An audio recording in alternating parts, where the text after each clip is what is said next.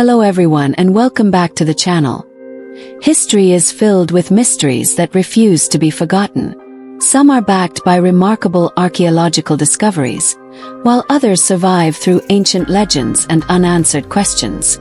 Today, we're exploring one of those incredible mysteries that continues to challenge everything we think we know about the past. Let's begin. History is often presented as a finished story. A timeline of kings, empires, battles, and discoveries, carefully arranged as though every chapter had already been written. But beneath deserts, forests, mountains, and oceans, another history still waits to be uncovered.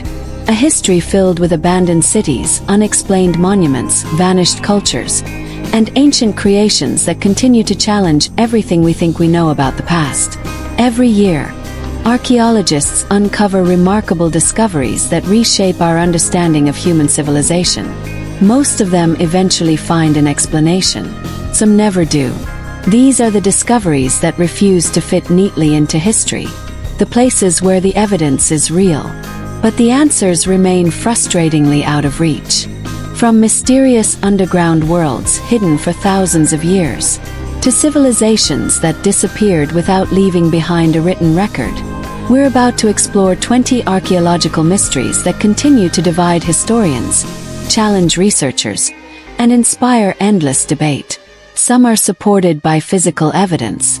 Others survive through generations of oral tradition. Many exist somewhere in between. Together, they remind us of one simple truth: the past is far more complicated than we once believed. And our journey begins in the mist-covered mountains of eastern North America, where an old Cherokee tradition tells the story of a people unlike any other. Long before European explorers reached North America, before maps gave names to rivers and mountains, the Cherokee preserved an unusual story through centuries of oral tradition. It was not a tale about monsters, nor was it presented as a myth meant to entertain children. Instead, it described a people the Cherokee believed had lived in the Appalachian Mountains before their own ancestors settled there. They became known as the Moon-Eyed People. According to Cherokee tradition, these mysterious inhabitants looked noticeably different from neighboring populations. They were described as having unusually pale skin, large light-sensitive eyes, and an apparent inability to tolerate bright daylight. The stories claim they preferred traveling after sunset and often avoided direct sunlight whenever possible. Even more intriguing, the Cherokee believed these people had constructed impressive stone structures throughout the mountains long before disappearing from history. At first glance, the story sounds like folklore. Ancient cultures all over the world preserved legends about mysterious predecessors. Many of those stories blend historical memory with symbolism, making it difficult to separate fact from tradition. Yet the Moon-Eyed People stand apart for one important reason: the details have remained remarkably consistent. One of the earliest written accounts appeared in 1795, when American agent Benjamin Hawkins documented Cherokee traditions after spending years among the tribe. Rather than dismissing the story as fantasy, Hawkins recorded it as part of the Cherokee's historical memory. Later writers collected similar accounts from different Cherokee communities. Although the wording varied slightly, the central description remained almost unchanged: pale people, large eyes, life in the mountains, stone construction, and eventual disappearance. That consistency has long captured the attention of historians. Oral traditions naturally evolve over time. Characters are forgotten, events become exaggerated, entire stories sometimes disappear altogether. But when unusual details survive across generations with very little change, researchers often wonder whether the tradition may preserve the memory of an actual historical encounter. Not necessarily every detail, but perhaps the memory of a real population whose identity has since been lost. By the time Europeans entered the southeastern United States, the Cherokee had established a thriving society with extensive trade routes, sophisticated political systems, and a rich oral tradition that preserved centuries of collective memory. Within that tradition, the Moon-Eyed People were never described as supernatural beings. They were remembered as earlier inhabitants of the land, people who, for reasons now unknown, vanished long before written history reached the region. The mystery becomes even more interesting when archaeology enters the picture. Across the southern Appalachian Mountains stand several ancient stone sites whose origins remain uncertain. Among the most famous is Fort Mountain in northern Georgia. Stretching for hundreds of meters along a mountain ridge, the massive stone wall has puzzled researchers for generations. Unlike the large earthen mounds commonly built by many prehistoric cultures in the southeastern United States, Fort Mountain was constructed primarily from carefully stacked stone. Its design doesn't fit comfortably within the architectural traditions normally associated with the region. Archaeologists have proposed several explanations. Some believe it served as a defensive structure. Others suggest it marked a ceremonial boundary. A few argue portions of the wall may simply incorporate natural rock formations. None of those ideas has been proven conclusively. Dating the structure has proven equally difficult. Without reliable material suitable for precise dating, researchers still cannot confidently determine exactly who built it, or when. Nearby lies another fascinating site, a massive carved soapstone boulder known as Judicula Rock. Its surface is covered with hundreds of mysterious engravings, human figures, animals, geometric patterns, abstract symbols. The carvings have fascinated archaeologists for decades. Cherokee tradition connects the site to Judicula, a powerful supernatural figure associated with the mountains. Whether the carvings predate Cherokee settlement or were created over generations by Cherokee artists remains uncertain. Because soapstone cannot be directly dated, establishing their true age has proven nearly impossible. Taken individually, each mystery has several possible explanations. Together, they paint a far more intriguing picture.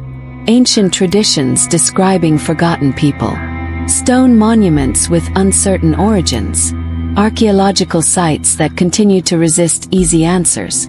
None of it proves the Moon-Eyed people truly existed exactly as the stories describe. But neither does it allow historians to dismiss the tradition entirely. Sometimes, history survives not in books, but memories are passed from one generation to the next.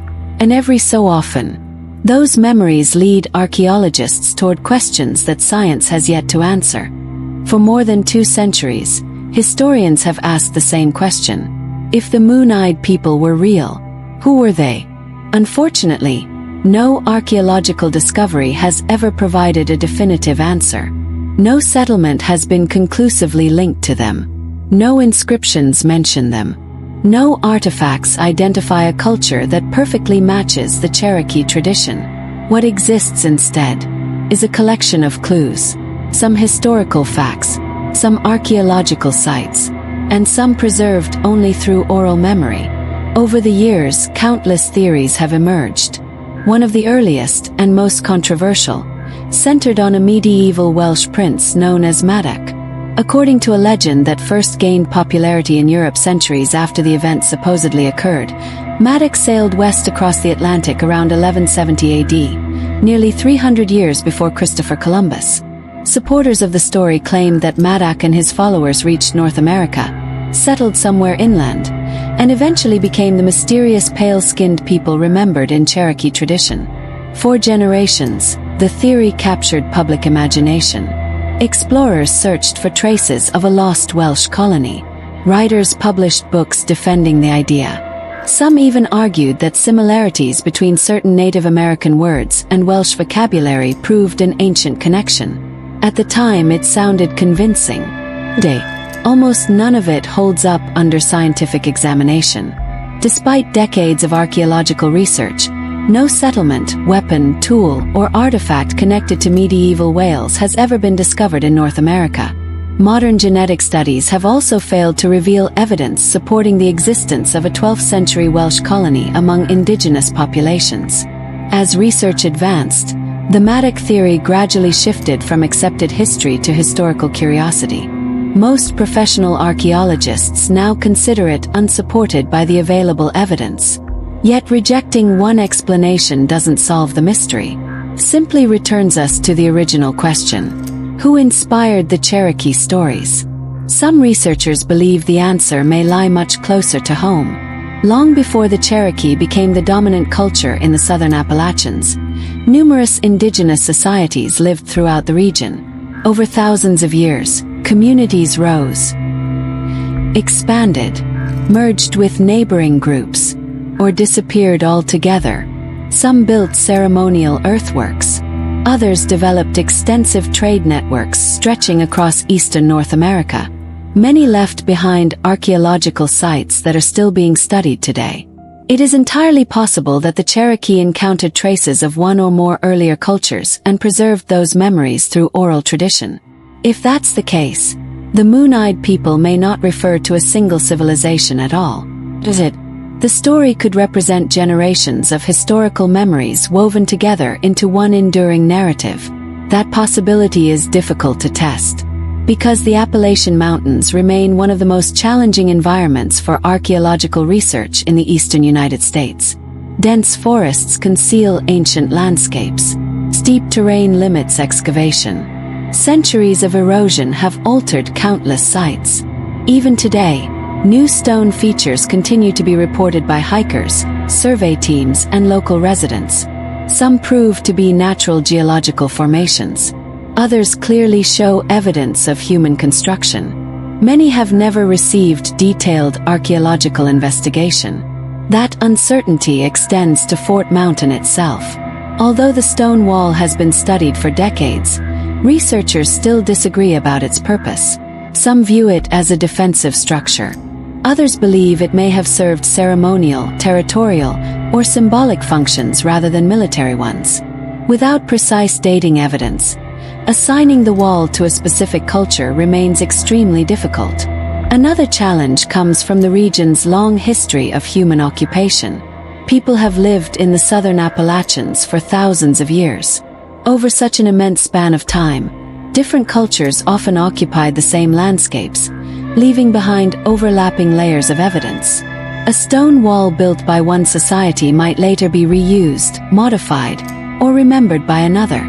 Separating those layers is one of archaeology's greatest challenges. Perhaps that's why the Moon-Eyed tradition continues to survive. Not because it offers clear answers, but because it reminds us that history is rarely as simple as we would like it to be. Sometimes the truth isn't completely lost. It's preserved only in fragments. A ruined wall, carved stone, an old story passed from grandparents to grandchildren for centuries. Each fragment tells part of the story. None tells the whole story. Until new discoveries emerge, the Moon-Eyed people will remain suspended between archaeology and legend, a mystery that continues to challenge both science and history. But while North America preserves its mysteries through oral tradition, the cradle of civilization left behind something very different. Thousands of years before the pyramids of Egypt reached toward the sky, an ancient culture in Mesopotamia created small clay figures unlike anything else in the archaeological record. Their bodies looked human. Their faces did not. And more than 7,000 years later, researchers are still trying to understand exactly what they were meant to represent. Long before the first pharaoh ruled Egypt, before the world's earliest cities rose from the plains of Mesopotamia, and centuries before writing gave humanity the ability to record its own history, another civilization was already changing the course of the ancient world. Today, archaeologists know them as the Ubaid culture. Although their name is unfamiliar to most people, their influence can still be seen in nearly every civilization that followed across southern Mesopotamia.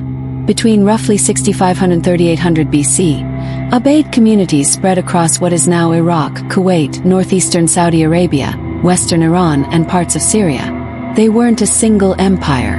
They were a network of growing settlements connected by trade, agriculture, and shared traditions. At a time when much of the world still consisted of scattered farming villages, the Ubaid people were already building permanent communities, expanding irrigation systems, and constructing some of the earliest known temples in human history. Many historians believe they laid the cultural foundation that later allowed the Sumerians to build the world's first true cities. Without the Ubaid, Mesopotamian civilization might have developed very differently. Yet despite everything they accomplished, The discovery that attracts the most attention today isn't one of their temples, or their remarkable engineering. It's a collection of small clay figurines that continues to puzzle archaeologists more than a century after they were first uncovered. The figures that defy easy explanation during excavations at numerous Ubaid sites. Archaeologists recovered hundreds of carefully crafted clay figurines. At first glance, some appear completely ordinary. They depict men, women, and children engaged in everyday life. But mixed among them is another group that immediately stands apart. These figures possess elongated heads, large almond-shaped eyes, narrow-pointed faces, thin bodies, and features that many observers describe as distinctly reptilian. Some appear to have textured skin. Others have long, slender fingers, unlike those typically represented in ancient human sculpture. The resemblance is striking enough that these figurines have become one of the most recognizable artifacts from prehistoric Mesopotamia. Even more intriguing, these unusual characteristics weren't limited to one artist or one settlement. Very similar figurines have been found across multiple archaeological sites, separated by hundreds of kilometers. That consistency suggests the appearance was intentional. The artists weren't improvising. They were depicting an image that people throughout the Ubaid world immediately recognized. What that image represented is where the mystery begins. More than simple art, ancient civilizations rarely created artwork without meaning. Religious beliefs, political authority, family traditions, and cultural identity was often expressed through sculpture. Most archaeologists believe the Ubaid figurines also served an important symbolic purpose. But determining exactly what that purpose was has proven extraordinarily difficult. Unlike later Mesopotamian civilizations, the Ubaid people left behind no written language capable of explaining their beliefs. There are no surviving myths, no religious texts, no inscriptions identifying the figures.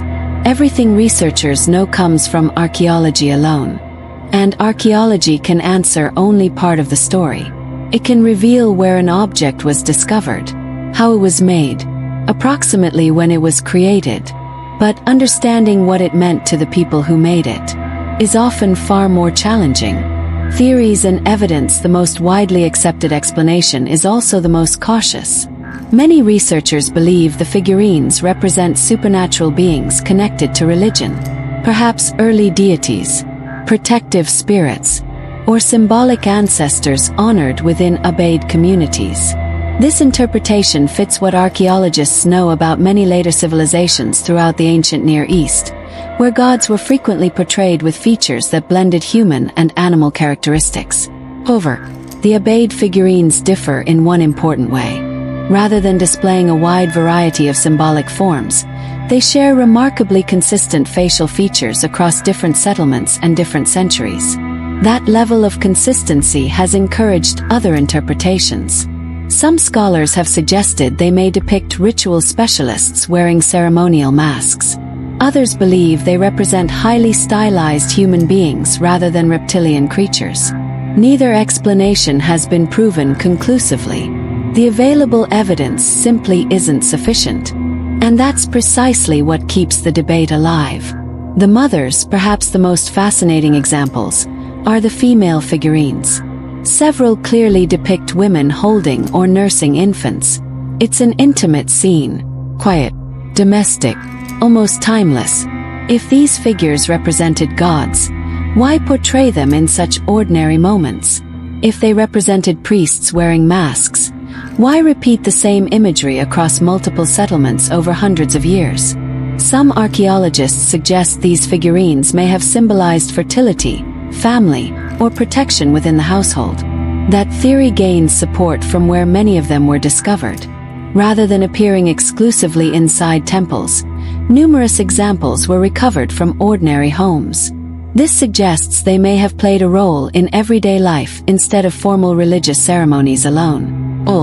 Without written records, certainty remains impossible. Every explanation fits part of the evidence. None explains everything. A tradition that vanished. Perhaps the greatest mystery isn't why the figurines were created. It's why they disappeared. For nearly 2,000 years, this distinctive, artistic tradition remained surprisingly consistent across Ubaid society. As Mesopotamia entered a new chapter of history and the Sumerian civilization emerged, the figurines simply vanished. Later Mesopotamian cultures produced thousands of statues, reliefs, cylinder seals, and religious carvings. Their art became increasingly detailed and sophisticated. Yet nothing closely resembling the Ubaid reptilian figurines ever appeared again. There was no gradual transformation, no obvious successor, no written explanation. It was as though an important cultural tradition ended, and took its meaning with it. Today, these small clay figures remain among the most enigmatic artifacts of the prehistoric world. They remind us that archaeology doesn't always provide answers. Sometimes, it simply reveals how much has been forgotten. And our next mystery begins with something equally ordinary: Quiet Pond in eastern China. For generations, villagers believed it was nothing more than a natural body of water. No one imagined that beneath its still surface, an enormous underground world had been waiting in complete silence for nearly 2,000 years.